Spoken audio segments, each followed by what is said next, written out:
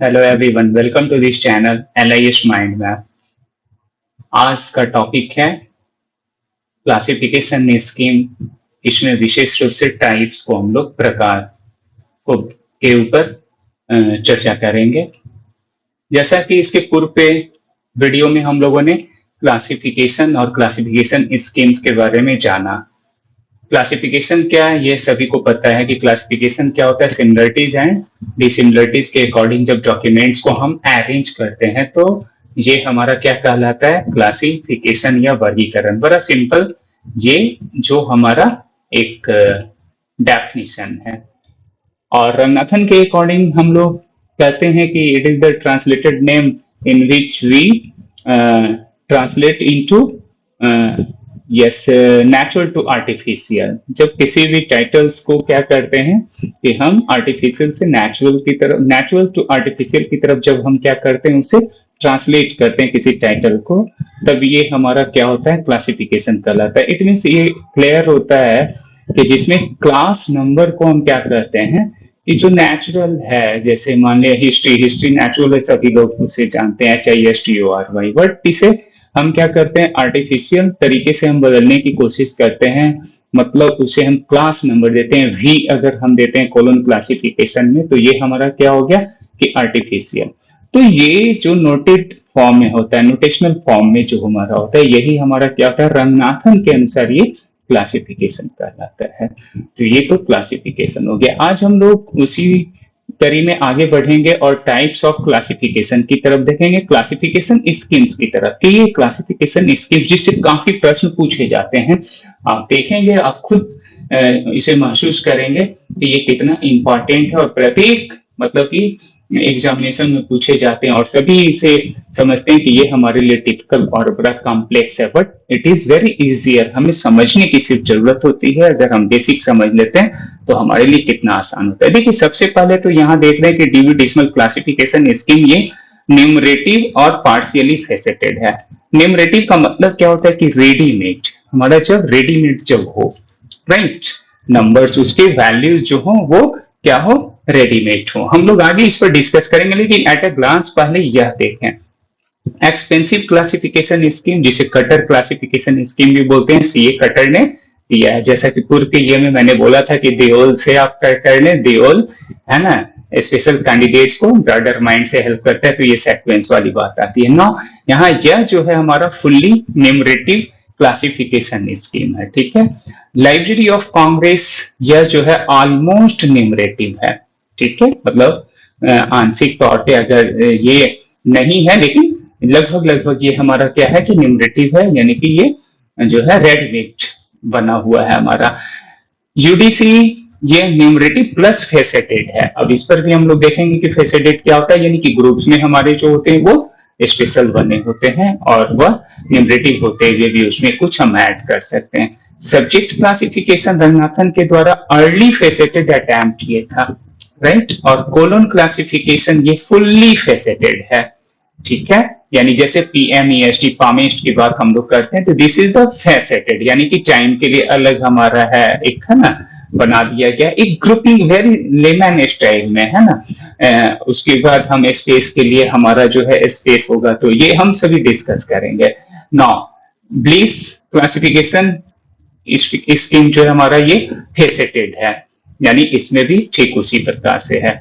और international rider classification scheme न्यूमरेटिव है।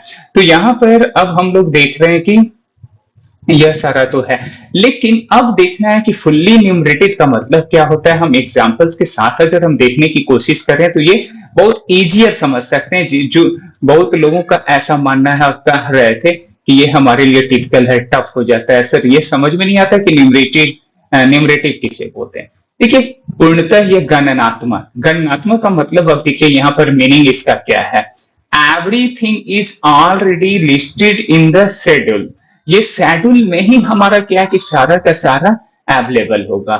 You just have to pick a readymade number. इसमें हमारा क्या होता है कि रेडीमेड नंबर होगा। तो आप देखेंगे कि जो कुछ भी है वो हमारा क्या है, रेडीमेड नंबर है, राइट। जैसे फिजिक्स, अगर हम कोलन क्लासिफिकेशन स्कीम में यहाँ एक्सपेंसिव एग्जाम्पल इसका गुड है। ऐसे आप देखें तो क्या होता है, रेडीमेड बना हुआ आप कह सकते हैं कि फिजिक्स के लिए कैसे कहते हैं। अगर हम यहाँ पर क्लास नंबर की बात करें अकॉर्डिंग टू सीसी तो ये कहता है कि सी होगा। अगर हम इलेक्ट्रिसिटी की बात करेंगे तो हमारा क्या हो जाएगा, तुरंत कहेंगे कि अरे C6 होगा, ये सीसी में। उसी तरह से C7 मैग्नेटिज्म के लिए होगा। तो ये हमारा क्या हो गया कि एक तरह से कि रेडीमेड जब बना हो तो ये एक्सपेंसिव जो क्लासिफिकेशन स्कीम है ना। तो इसमें जो है ये दिया गया है क्या कि रेडीमेड ऑलरेडी लिस्टिंग है ये, कि आपका जो है जो कुछ है रेडीमेड लेंगे और वो नंबर हम साइट कर देंगे। तो ये जब हम क्या करते हैं, इस तरह का जो होता है उसे हम क्या करते हैं, फुल्ली न्यूमरेटिव यानी कि गणनात्मक हम इसे कहेंगे। तो मुझे लगता है कि ये क्लियर हो गया होगा कि रेडीमेड एक वर्ड है, एक क्लू है, रेडीमेड नंबर होगा, इट मींस कि it is comes under the enumerative, और फुल्ली न्यूमरेटिव का मतलब फुल्ली जब वहां पर हमारा होगा। एक्सपेंसिव को जैसा कि हम सभी लोग जानते हैं सीए कटर महोदय ने क्या किया था, दिया था।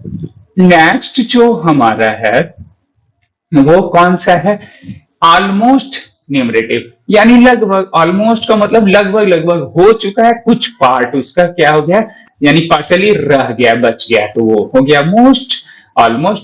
तो ये most subject are listed but for the some new topics, है ना, यू में कंबाइन और एडजस्ट, कुछ ऐसे को हम डाल सकते हैं। जैसे मान लीजिए कि हिस्ट्री ऑफ इंडिया में भी लिस्टेड, हिस्ट्री ऑफ इंडिया का मान लीजिए कि है, और उसमें हमें क्या करना है, फ्यू, ये मान लीजिए कि रेडीमेड नंबर है। अब अकॉर्डिंग टू सीसी हम समझने की कोशिश करें। यहां पर ये हमारा क्या है कि दिए हुए है क्या ना, कि जो है हिस्ट्री ऑफ इंडिया, तो V44 हम लोग क्या करते हैं, इसमें देते हैं अकॉर्डिंग टू कॉलोन क्लासिफिकेशन बना देते हैं। 44 हमारा क्या हो गया, 4 एशिया के लिए, फिर 44 हम लोग जैसे उसका एक्सटेंशन करते हैं, पढ़ते हैं, तो ये हमारा इंडिया के लिए हो जाता है, राइट। और V हमारा क्या हो जाता है, यहाँ पर आप देखेंगे क्लास नंबर, है ना, बेसिक नंबर हो गया हमारा, ये बेस नंबर हो गया। तो V44, और उसके हम ये फैसेट फॉर्मूला के अकॉर्डिंग देखते हैं तो यहाँ पर कोई भी सिंबल नहीं है पेमेस्ट का, है ना। तो ये हमारा क्या होगा कि V44 इंडिया। लेकिन यह कह रहा है इसमें कि आप जो है ना बट क्या, हिस्ट्री ऑफ नेपाल यू में रीड बाय यूजिंग रूल्स। तो अब इसमें क्या कर सकते हैं कि नेपाल को, अब जो है इंडिया की जगह हम नेपाल को तो कुछ कर सकते हैं ना, यानी कि फ्यू यहां पर क्या है ना कि थोड़ा सा में सम न्यू टॉपिक्स, है ना, मे बी कंबाइंड। तो अब मे बी कंबाइंड का मतलब क्या हो गया कि हम यहां पर कुछ को क्या करेंगे कि हम जोड़ सकते हैं। तो हिस्ट्री ऑफ इंडिया अगर हमारा बना है तो अब हम लोगों के लिए क्या हो गया कि हिस्ट्री ऑफ इंडिया को छोड़ दीजिए और हम क्या ले लेंगे, यहां पर नेपाल को ले लेते हैं, या फिर कोई भी ऐसा मान लीजिए कि कंट्री है, हाँ, हम उसे ले रहे हैं, तो यहां नेपाल को ही लीजिए। तो क्या हो जाता है, आप देखेंगे कि सीसी में संभवतः यहां नहीं चलेगा, 4445 होना चाहिए, राइट। तो नेपाल का क्या हो गया 4445। अब हम क्या करेंगे, ये फॉर्मेट और फ्रेम तो हमें मिला हुआ है, और मैं क्या कर रहा हूं यहाँ V44, यहां ऐसे कीजिए 4445, फिर 5, ये देखेंगे किसमें हम लोग जाएंगे, स्पेस आइसोलेट में, तो वहां पर ये मिल जाएगा नेपाल का नंबर, और हम क्या करेंगे उसे देख लेंगे, या ज्योग्राफिकल डिवाइस में भी जाके हम देख सकते हैं। तो ये हमारा, या फिर वहां भी इंडेक्स है, रिलेटिव इंडेक्स है, उससे भी हम देख सकते हैं। तो ये कह रहा है कि आपका क्या है कि इस तरह से हम उसमें कुछ ऐड कर लेते हैं ना। इसका कुछ एग्जांपल्स मान लीजिए कह रहा है कि कौन सा ऐसा ऑलमोस्ट न्यूमरेटिव कौन सा होगा, तो ये ऑलमोस्ट न्यूमरेटिव में library of Congress classification scheme. बहुत प्रश्न पूछे जाते हैं और बहुत सारे लोग इसे छोड़ते हैं, या फिर कंफ्यूज होकर गलत करते हैं, या बोलते हैं कि मुझे समझ में ही नहीं आ रहा है। तो कितना इजी है, it is very very easy, सिर्फ समझना है, थोड़ा सा फोकस करें और ये हमारे लिए मार्क्स देकर जाएगा, राइट। नाउ न्यूमरेटिव प्लस फेसेटेड, तो न्यूमरेटिव का मतलब रेडीमेड, बस यही दिमाग में रखना है, कुछ भी लिखा, अब ये सब जो है ना, अगर बेसिक हमारा है तो सब क्लियर है। तो ये क्या हो गया न्यूमरेटिव, और फेसेटेड का मतलब क्या हो गया, जैसे पैमेस्ट, हर का ग्रुप बना हुआ, एकदम लेमन तरीका मैं बता रहा हूं कि ग्रुप्स में है। जैसे पर्सनैलिटी के लिए हमारा क्या आएगा, मैटर के लिए हमारा क्या होगा, है ना, एनर्जी, टाइम, है ना, स्पेस, ये सब के लिए। तो इस पर जो हमारा होगा उस फेसेट का, उस ग्रुप से अगर हम ले रहे हैं तो वो फेसेटेड हो गया। तो न्यूमरेटिव यानी कि रेडीमेड में यदि मैं कुछ क्या कर रहा हूं, फेसेट से जोड़ रहा हूं। अब जैसे हिस्ट्री ऑफ एशिया है तो ये तो हमारा न्यूमरेटिव है ही, अभी ऊपर हम लोगों ने देखा। लेकिन ये 20th सेंचुरी क्या हो गया कि इसे टाइम आइसोलेट में हम लोगों ने ले लिया, राइट। तो इसका मतलब ये हमारा क्या हो गया कि ये टाइम आइसोलेट से हम लेते हैं, वहां से लेते हैं, है ना, उस ग्रुप से, उस फैसेट से ले लिए और इसमें इंक्लूड किए, तो इसलिए क्या हो गया, न्यूमरेटिव प्लस फैसेटेड। और ये कैसे हमारा देखिए, UDC is the good example of enumerative plus faceted. तो वेरी सिंपल। अब देखिए यहां पर कहता है पार्शियली फैसेटेड, आंशिक रूप से क्या होगा, फैसेटेड होगा। देखिए तो आंशिक रूप से फेसेटेड होगा, बट वो क्या होगा, न्यूमरेटिव होगा। कौन सा क्लासिफिकेशन स्कीम, तो डीडीसी इसका कहता है कि बेस्ट एग्जांपल है।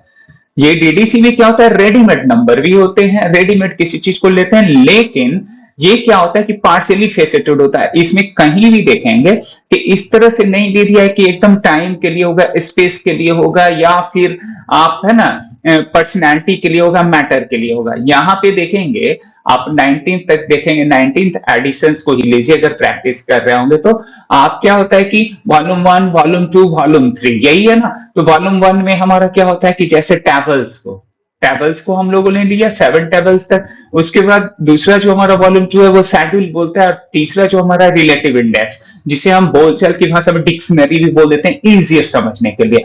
तो ये क्या हो गया, डिक्शनरी में कहीं भी है ऐसा टाइम आइसोलेट ये वो बता रहा है, नहीं। आप अल्फाबेटिकली क्या करते हैं कि उसमें अरेंजमेंट है और उसके अकॉर्डिंग हम देखते हैं। शेड्यूल में क्या होता है, बिल्कुल उसी तरह से हमारा होता है, और हमें क्या करना होता है कि है ना, क्लास नंबर ढूंढना होता है। और टेबल्स में हमारा टेबल्स होता है, कहीं भी ऐसा नहीं है कि ये टाइम से रिलेटेड होगा या फिर कोई बॉन्डिंग होगा। तो इसलिए इसे बोलता है कि ये पार्शियली फेसेटेड है, कहीं पर आपको कुछ परसेंटेज मिल जाएंगे उस तरह से रिलेटेड। तो ये गुड एग्जांपल, यानी कि मेनली हमारा क्या, न्यूमरेटिव रेडीमेड होगा, बट समटाइम्स ये लिमिटेड फेसेट्स होंगे, है ना। जैसे अब टेबल 1 में लिमिटेड फेसेट्स हमारा क्या है, जैसे 7 फॉर एजुकेशन और 9 फॉर हमारा सब डिविजन में हिस्ट्री के लिए है। टेबल 1 2 3 4 5 6 7 में आप चाहिए, है ना। तो स्टैंडर्ड सब डिविजन टेबल 1 की ही तो बात कर रहा है, टेबल 1 है ना, वहां हम लोगों का टेबल 1 क्या है, टेबल 1 देखेंगे स्टैंडर्ड सब डिविजन है, ठीक है। तो अब क्या हो गया कि ये आपका जो है पार्शियली फेसेटेड, और किसमें है, ये डीडीसी में है ना। अब हम लोग आगे बढ़ते हैं और देखते हैं फुल्ली फेसेटेड। फुल्ली फेसेटेड का मतलब क्या हो गया कि ये पूरी तरह से पर्सनैलिटी, मैटर, देखिए अब ये क्लियर कर रहा है, पर्सनैलिटी होगा, मैटर अलग होगा, एनर्जी अलग होगा, स्पेस होगा, टाइम होगा, है ना। तो ये पैमेस्ट रूल पर काम करता है। और ये फुल्ली फेसेटेड जैसे ही ये आता है आप समझ जाते हैं कि ये colon classification scheme, it means कि फुल्ली फेसेटेड का गुड एग्जांपल। अब जैसे ट्रीटमेंट, है ना, treatment of tuberculosis in India 20th century. तो अब ट्रीटमेंट ऑफ ये हम लोग चल जाएंगे, स्पेशल से देख लेंगे, या फिर हमें कुछ ऐसा भी हो सकता है, कुछ क्वेश्चंस और ले सकते हैं, आयुर्वेदिक क्योर। तो हम लोग क्या होता है कि ये चले जाते हैं ना, किसमें चले जाते हैं, सिस्टम में चले जाते हैं, और सिस्टम में जाकर देखते हैं। खैर वो तो प्रैक्टिकल अप्रोच है, उस पर भी हम लोग बात करेंगे, है ना। उसमें काफी समय हम लोग का अभी यहां पर नहीं देना चाह रहा हूं, कि चूंकि एक ऐसा हो कि आप समझ पाए, अगर हम उस पर करेंगे तो काफी लंबा भी ये वीडियो भी हो जाएगा। सो दैट, बट हमें अभी पहले ये समझना है, और प्रैक्टिकल अप्रोच पर भी मैं आऊंगा, ठीक है। तो चलिए लेट्स सी कि आगे हम फिर बढ़ते हैं। तो कोलन क्लासिफिकेशन इट मींस की fully faceted, right. Now next जो हम लोगों का है वो फेसेटेड, हम किसे बोलते हैं, फेसेटेड का मतलब फुल्ली नहीं बट फेसेटेड है। तो general terms for scheme that use facet, not necessarily fully faceted, कह रहा कि कंप्लीटली नहीं हो सकता। ये कौन सा है, ब्लिस बिब्लियोग्राफिक क्लासिफिकेशन स्कीम है ना। तो इसका एग्जांपल देता है, जैसे फेसेटेड का मतलब फिल्टर सिस्टम लाइक, है ना, शॉपिंग वेबसाइट, यानी कि शॉपिंग वेबसाइट है तो वो वेबसाइट पर क्या होगा, शॉपिंग वेबसाइट पर शॉपिंग से रिलेटेड हमारा इंफॉर्मेशन होगा, सो इट इज फेसेटेड, है ना। तो ये इस तरह का है। इस तरह से हम लोगों ने क्या किया कि अभी डिफरेंट स्कीम्स के फेसेट, न्यूमरेटिव और इन सभी चीजों को जाना और देखा। कुछ प्रैक्टिस कर लेते हैं और देख लेते हैं, तो ये आपका एक कॉन्सेप्ट भी बन जाएगा। देखिए, which classification scheme type lists all subjects in advance, है ना, with no scope for synthesis। कौन सी वर्गीकरण योजना सभी विषय पहले से सूचीबद्ध रहते हैं और संयोजन की कोई गुंजाइश नहीं रहती है। किसमें? मतलब पहले से ही होगा मतलब रेडीमेड होगा। रेडीमेड होगा इसका मतलब क्या हो गया कि न्यूमरेटिव होगा, और फुल्ली न्यूमरेटिव होगा, ये तो क्लियर हो गया। तो यह इसका गुड आंसर। अब देखिए दूसरा बोल रहा है कि Dewey decimal classification scheme is an example of which scheme, किस स्कीम का, है ना, किस योजना का डीडीसी है। अब डीडीसी क्या होता है, अभी मैंने बताया कि वॉल्यूम 1, वॉल्यूम 2, वॉल्यूम 3 में डीडीसी बटा है, 19th एडिशन है। उसमें अगर हम देखें तो कंप्लीटली क्या फेसेटेड, फुल्ली फेसेटेड है, टाइम की तरह, जैसे पमिस्ट की तरह है? नो, कट गया। क्या फुल्ली न्यूमरेटिव है? नो, न्यूमरेटिव है बट फुल्ली नहीं है ना। ऑलमोस्ट फेसेटेड है तो ऑलमोस्ट भी नहीं, तो क्या ये पार्शियली फेसेटेड है ना। और ऑलमोस्ट फेसेटेड का मतलब लगभग लगभग, तो ये भी नहीं है, पार्शियली फेसेटेड प्लस न्यूमरेटिव है, नॉट फुल्ली। तो यहां पर क्या हो जाता है, अगर देता कि न्यूमरेटिव प्लस, है ना, पार्टली फेसेटेड, तब तो हम लोग देते पार्टली या पार्शियली देते। तो यहां पर क्या हो गया, पार्टली या हमारा क्या हो गया कि न्यूमरेटिव। तो ये आंसर, लेकिन पार्टली फेसेटेड है, it is the nearest, so it is right answer. Now library of Congress classification is considered as, ये जो है किस प्रकार माना जाता है लाइब्रेरी ऑफ कांग्रेस को। तो लाइब्रेरी ऑफ कांग्रेस हमारा क्या है, ऑलमोस्ट न्यूमरेटिव है ना, लगभग लगभग हमारा क्या है, रेडीमेड इसमें है। तो ये हमारा हो गया इसका answer. Now UDC classification scheme belongs to, ये जो है बिलोंग्स करता है किससे, तो यह भी न्यूमरेटेड प्लस फेसेटेड है, इसमें फेसेट भी है, राइट, कि वो हम लेकर क्या करेंगे, जो भी हमारा ऑक्सिलियरीज है उसमें हम इसमें जोड़ सकते हैं।